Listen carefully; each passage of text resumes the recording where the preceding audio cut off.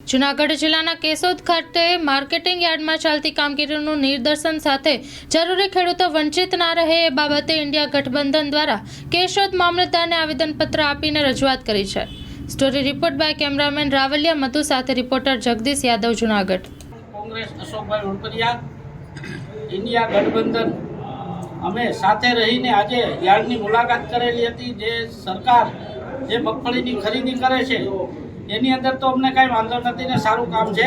પણ જે પરિસ્થિતિ અત્યારે જે ખેડૂત, નાના ખેડૂત, મોટા ખેડૂત અમુક રહી ગયા છે એના માટે અમે એક આવેદન આપ્યું છે સરકારશ્રીને કે અમારી નમ્ર વિનંતી છે કે તમે આ જે ઓનલાઈનની મુદત થોડીક વધારો અને જે તે ખેડૂત રહી ગયા છે, જે કામની અંદર પીડા હતા, વરસાદને કારણે જે લેટ થયું છે,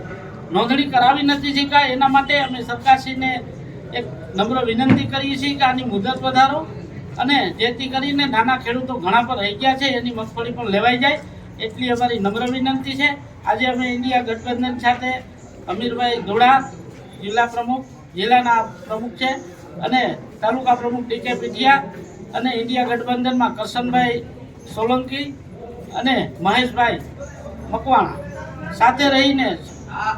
તમામ કાર્યકરો સાથે રહીને આજે અમે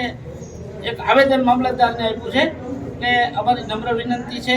કે આ સરકાર સુધી પહોંચાડો જેથી કરીને નાના ખેડૂતો રહી ગયા છે એની ઓનલાઈન મંજૂરી ફરીથી આપે અને થોડોક ટાઈમ આપે, વહેલામાં વહેલી તકે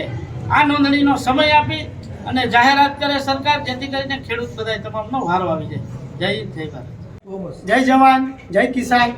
આમ આદમી પાર્ટી કેશોદ શહેર પ્રમુખ મહેશભાઈ મકવાણા। આજરોજ ખેડૂતો દ્વારા એક બાતમી મળી કે ભાઈ જે માંડવીનું અત્યારે ટેકાના ભાવે ખરીદ વેચાણ થઈ રહ્યું છે ત્યાં સેમ્પલમાં 5 કિલો માંડવી અલગથી કાઢવામાં આવે છે, આવી બાતમી મળી। એટલે ઇન્ડિયા ગઠબંધન સાથી મિત્રો દ્વારા કોંગ્રેસ અને આમ આદમી પાર્ટીએ ત્યાં જઈને સર્ચ ઓપરેશન કર્યું અને ત્યાં અત્યારે હાલમાં 4 મંડળીઓ માંડવી લેવાનું કામ કરે છે। તે પૂરેપૂરું જઈને સ્થળ નિરીક્ષણ કરતાં દરેક જગ્યાએ લગભગ વ્યવસ્થિત આયોજનથી કામકાજ ચાલુ હતું। ત્યારબાદ અમુક ખેડૂત મિત્રો દ્વારા અમને જાણ થઈ કે ભાઈ અમારી માંડવી જે વેચાવાની છે એમાં ઓનલાઈન પ્રક્રિયામાં અમે ખેડૂત કામના હિસાબે બાકી રહી ગયા છે, અમે પ્રક્રિયામાં અમે પૂર્ણ નથી થયા, તો આપશ્રીને વિનંતી છે કે અમારી રજૂઆત ઉપર સુધી પહોંચાડો। એટલે તાત્કાલિક ધોરણે આવેદનપત્ર રજૂ કરી અને મામલતદારશ્રીને નમ્ર વિનંતી કરવામાં આવી છે કે ગુજરાત સરકારને આ જાણ થાય કે જૂનાગઢ જિલ્લાના 75% પણ ઉપરના ખેડૂતો ખેતીના કામમાં બાકી રહી ગયા છે, માટે ખરીદ વેચાણ જે સરકારી ટેકાના ભાવે ચાલુ થાય છે તેને ફરીથી ઓનલાઈન પ્રક્રિયા ચાલુ કરવામાં આવે અને ખેડૂતોને પૂરતો ન્યાય મળે એવી અમારી સરકારશ્રીને નમ્ર વિનંતી છે। આમ આદમી પાર્ટી અને કોંગ્રેસના સંયુક્ત